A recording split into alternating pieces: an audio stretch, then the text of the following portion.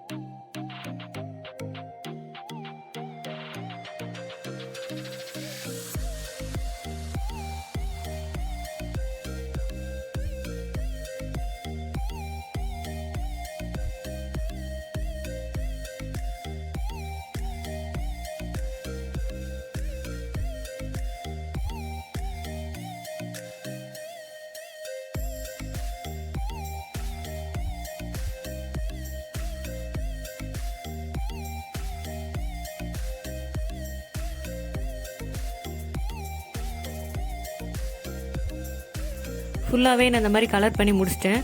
முடிச்சதுக்கப்புறமா இந்த மாதிரி ஒரு செல்லோ டேப் எடுத்துகிட்டு அதை வரிசையாக நீங்கள் ஃபுல்லாமே ஒட்டி வச்சிட வேண்டியதுதான். ஃபஸ்ட்டு ஸ்டார்டிங்கில் இந்த மாதிரி ஒரு எட்ஜில் இருந்து அடுத்த எட்ஜுக்கு அதே மாதிரி லாஸ்ட் வரைக்கும் நம்ம ஒட்டணும். இந்த மாதிரி வரிசையாக அடுத்தடுத்து ஒட்டும்போது கேப் விடாமல் கொஞ்சம் நெருக்கமாக ஒட்டிக்கோங்க.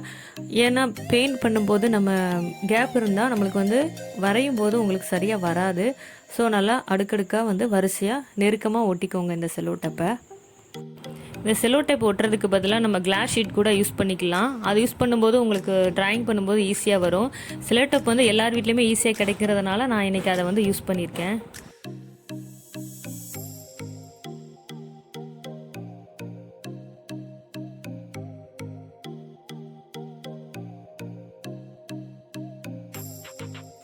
இதே மெத்தடில் லாஸ்ட் வரைக்கும் நீங்கள் இந்த செல்லோ டேப்பை ஒட்டிக்கலாம்.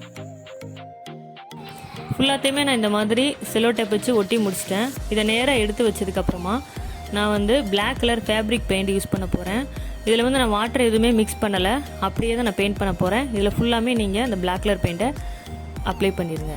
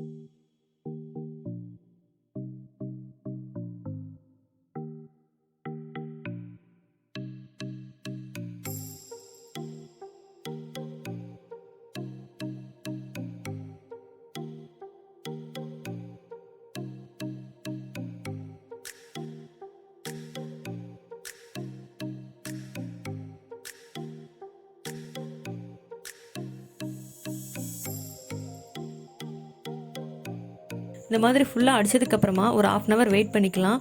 ஏன்னா அப்போ தான் நம்ம அடித்த பெயிண்ட் வந்து கொஞ்சம் ட்ரை ஆகும். அதுக்கப்புறமா இந்த மாதிரி காம்பஸ் யூஸ் பண்ணிக்கலாம். இல்லைனா டூத் பிக் இருந்தால் அதையும் கூட நீங்கள் யூஸ் பண்ணி ட்ராயிங் பண்ணிக்கலாம். வாங்க எப்படி பண்ணலான்னு பார்க்கலாம்.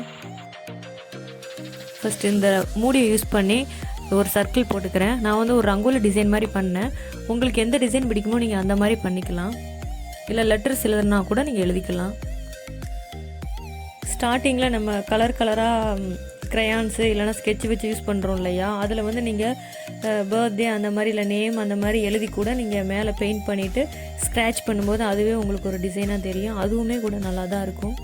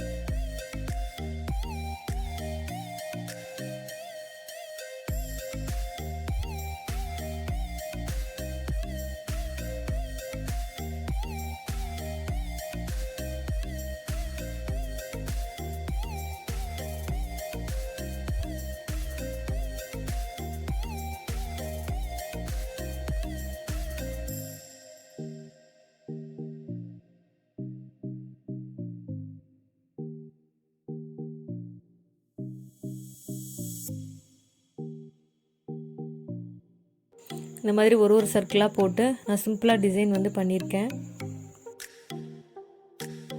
அதுக்கப்புறமா டூத் பிக் யூஸ் பண்ணியும் பண்ணேன். அதுவும் வரைகிறதுக்கு வந்து நல்லா தான் இருந்தது. நீங்கள் காம்பஸ் அது இல்லைன்னா நீங்கள் டூத் பிக் கூட யூஸ் பண்ணிக்கலாம். நல்லா தான் இருக்குது.